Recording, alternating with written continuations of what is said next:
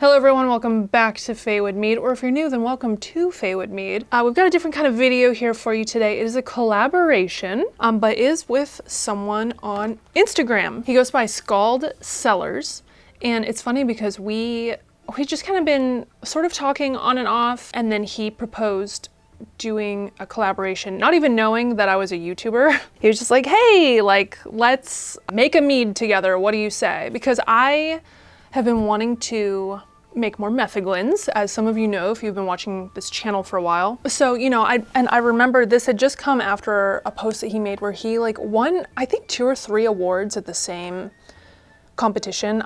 My memory is so bad, I don't remember which one it was, but I was like, damn, good job. So anyway, he approached me about a Metheglin collab. We just kind of used whatever honey we wanted. Now I just went for standard clover because the spices that we're going to be using has not been determined yet, but we are going to use the same yeast. And he told me that he always wins with EC 1118. I was like, really?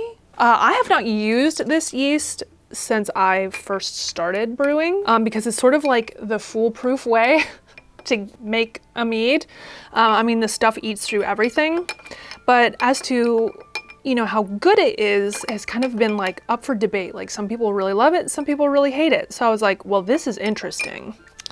I'm gonna go ahead and dump, I don't know, about half in here. I'm just getting my yeast starter going because everything else is done right now. He just told me that he has won 9 awards for his mead. We're essentially making the exact same mead, just possibly different honey. And then everything we're adding is gonna be going into secondary. All right, come on now. I just wanna dump these yeast in there, but like I still want them to like wake up and be fine. Bye. Let's see what the gravity is.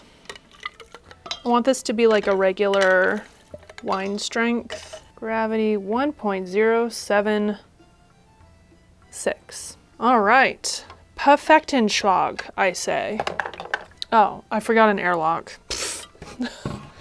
All right, we'll see you again in just a minute. Transition time. Oh my God, y'all. It's been 2 months. It's been 2 months. What have I been doing? I don't know. Not doing this. It's the 30th of October. So I'm gonna rack this. Hello, I'm gonna rack it. Oh my God. The outside's like covered in cat hair. All right, I'm gonna do this in my lap because my racking box is wet. I probably picked up a little bit of lease, but whatever. This is gonna end up sitting longer anyway. Let's take a gravity reading. Ooh, that's pretty dry. Is it at 1? Oh, it's hitting the bottom. Ooh, yes, that is quite dry indeed. It is EC 11111118. It is 0.994. This is what we decided on. We decided on 3 different spices. I hope I did my calculations correctly because I'm using all like whole spices. I think you just dump them in. Oh, look at the little seeds in there. Almost gives me that like creepy feeling where I'm like, I want to like break it. 2 of these. So that equivalates to 1 teaspoon. So 1 teaspoon of anise. We're gonna do a half a stick of cinnamon. I busted 1 in half. I mean, it's more or less a half. Boop. Cardamom. A half a teaspoon is 10 pods. I was kind of hoping I could just like squish them. They look very squishable. Should I break these? Where's a hammer? I'm gonna take this brewing bag, put some seeds in here, cover them and then mash them. 8, 9, 10, and a smash. That worked real good. Hell yeah. Get on in there. Yay, I did it. How long do I leave it in for? I don't know, actually. Well, it's gonna be here for a minute. I guess I'll just taste it along the way. All right, the end for now. I will not wait 2 months. God, if I did, this would be like Spice-a-Palooza in here. That's it for now. We'll see you here in a few seconds. Bye. It's been a while since I stabilized and added spices. I did stabilize this. I think I made the mistake of adding the spices and then stabilizing afterward, not thinking like, oh, maybe the yeast could eat the spices. These spices have, oh God. Oh, they've been in here for a very long time.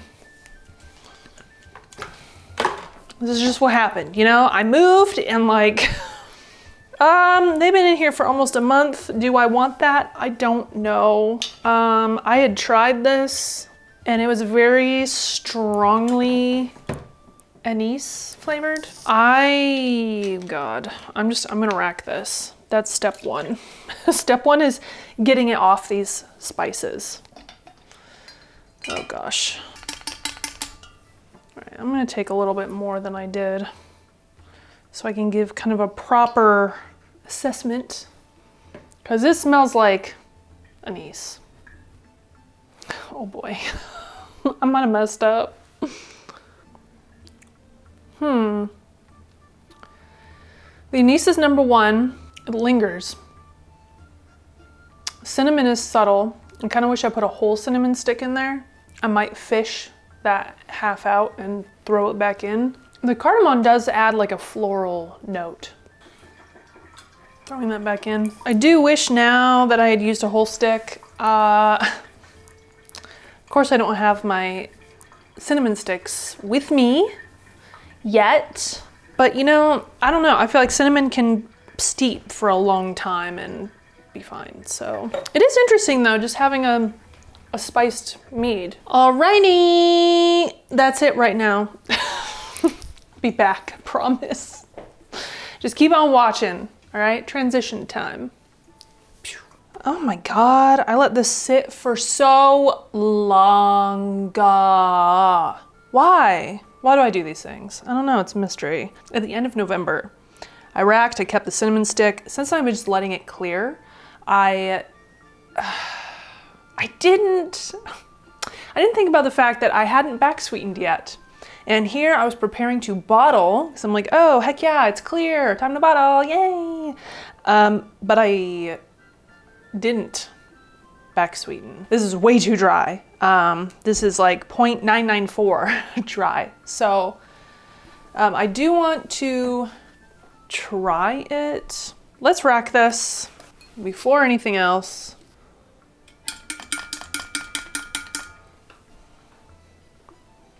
Perfect.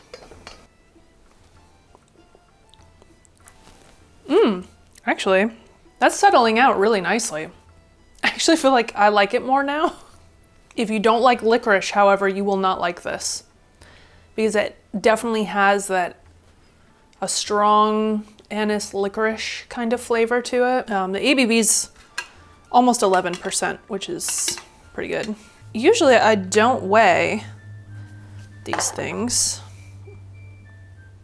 but I'm going to this time. And unfortunately right now, my Dutch Gold is very solid at the bottom of this bucket here. So almost 5 ounces of honey. Oh God, is this a good idea? So far so good. Not the biggest fan of the splishing right now, but what am I gonna do? I don't really have anything to stir with, except for like this. Commence the stirring. It's not 100% dissolved, but I can at least get an idea of the sweetness level now. So I'm gonna try a little bit. Okay, that makes it more pleasant. In between 1.006 and 8. So very, very slight amount of sweetness added. This is definitely a dry mead. And for my airlock, I'm just putting some sanitized liquid in there. The end for now. Hopefully this clears up in just a couple of days and I can bottle it. That's what I'm hoping for, because I need to get this sent out to him. I already have his bottles. They're here, they're ready for a tasting. So it has been almost 2 months since we last checked in with each other, and this still pretty much looks the same. I need to start playing with some refining agents at this point, or get myself a filtration system, because this is very annoying.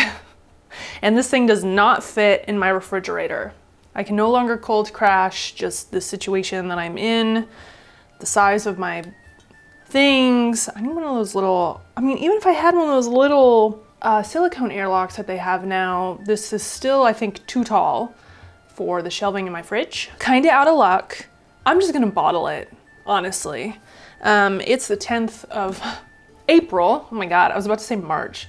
10th of April. This has been sitting, I mean, I started this in September. It's April now. What? It's just gonna be mildly cloudy, and that's all there is to it. And what's funny about this, so I already received Jeremy's bottles and I already filmed my tasting for this mead, and I just had to pull out of this clearly because it's not bottled yet. So y'all are just gonna have to wait for that tasting video. I will post it very shortly after this releases. Okay, so I mean, there is a little bit of sediment at the bottom because the last time I did anything, I did add some honey, so there's just like a little bit of sediment down there. Not very much, however, I mean, it is easier to like, I don't know, just bottle out of the bucket, I guess. Oh, it's very aromatic. I can smell it from up here. I have a hodgepodge of bottles here, as you can see. I need to start taking like labels and stuff off. I just haven't even looked at like how to do that yet. Alrighty then, voila, I got some bottles. It's just a variety, a variety of sizes. The flavor has improved since my tasting video, at least a little bit. I don't really want to say too much because I want you to watch that video. This ended at 10.7%. Pretty good, I might say. So stay tuned for the tasting video where we do a little comparison between the two meads, whose we like better, etc., etc. If you dig Metheglins, then actually it's pretty good. And especially if you like cardamom and anise seed, especially the anise seed part, then you would probably like this. And the EC1118 actually did give a very clear flavor. It's a yeast that I don't really use very often, and maybe I should use a little bit more often. I don't know. Well, thank you so much for watching this video. I hope that you liked it, and collaborations like this might happen a little bit more in the future, but let me know how you feel about that. Thank you. I appreciate your support as always, and yeah, have a great day. Mwah. See you next time. Bye. Bye.